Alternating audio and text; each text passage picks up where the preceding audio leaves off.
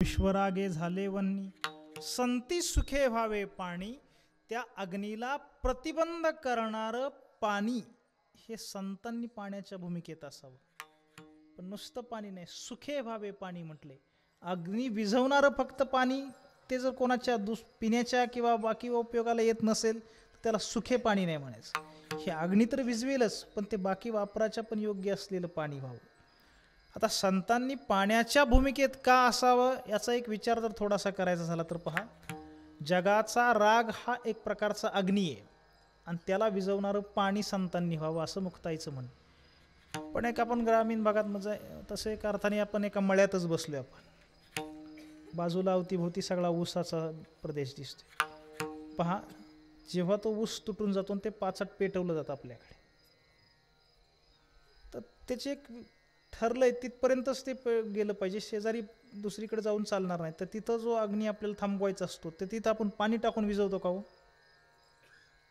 हां, नाही, तिथं पाणी टाकून कुठं विझवतो आपण? तिथं आपण एक तर त्या झाडाचे ते दगड्यांनी त्याला मारू, नाही तर जवळ माती त्याच्यावर टाकू, मातीनं त्याला विझवलं जाईल. पाणी टाकून जर एखाद्या वेळेला एखादी आग विझवली तर ती मातीपेक्षा काही तिथं धोका अधिक निर्माण करते. म्हणजे जर एखाद्या माणसालाच आग लागली तर त्याच्या अंगावर जर तुम्ही ते एखादं कापड फडकं पोतं टाकून विझवलं आणि पाणी टाकून विझवलं, पाणी टाकून विझवलं की त्याचा धोका अजून वाढण्याची शक्यता असते, त्या जखमानंतर बऱ्याच होत नाही. पाण्यापेक्षा सुद्धा इतर गोष्टींमध्ये अग्नी विझवण्याचा गुणधर्म अधिक असताना मुक्ताबाईनं इथं संती सुखे व्हावे माती असं का म्हटलं नसेल, पाणी असंच का म्हटलं? तर त्याच्या मागचं एक कारण असं मला वाटतं व्यक्तिशः, पटलं तर घ्या नाही तर सोडून द्या. फक्त अग्नी विझवणं एवढं एकच काम मुक्ताबाईंना अभिप्रेत नाही. ते अग्नी विझवण्या, अग्नी दरवेळेला लागेलच असं नाही. आग लागली तर पाणी विझवेलच, पण आग नसतानाही पाण्याचा उपयोग आहे. काय उपयोग आहे? पाण्याच्या गुणधर्मांचा वैशिष्ट्य असं आहे, पंचमहाभूतांपैकी पाणी हे एक महाभूत. पाण्याला आपल्याकडे जीवन असं म्हटलंय. का?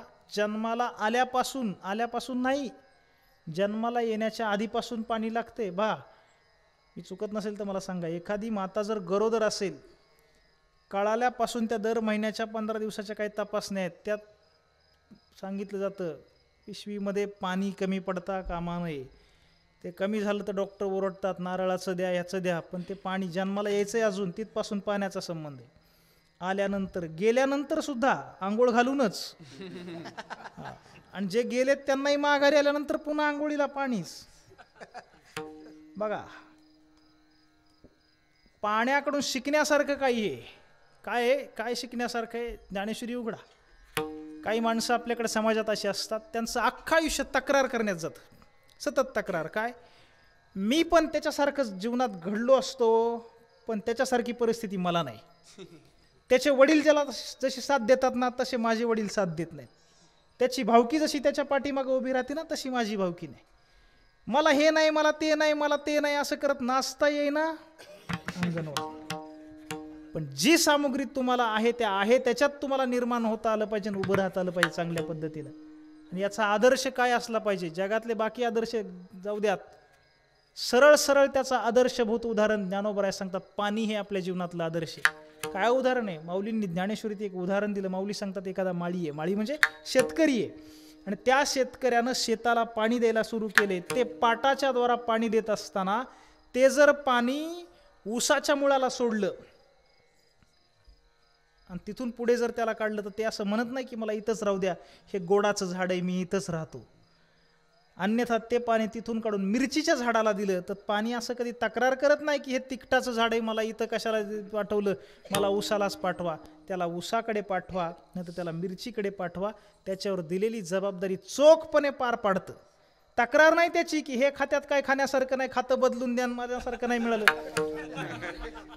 ही भानगड पाण्याकडे नाही. ते सांगतात जे दिले ते, माळीये जे उते नेले ते उते निवांतचे गेले, तया पाणी आईसे केले हुआ वेगा. हा आदर्श पाण्याकडून घेण्याची गोष्ट आहे.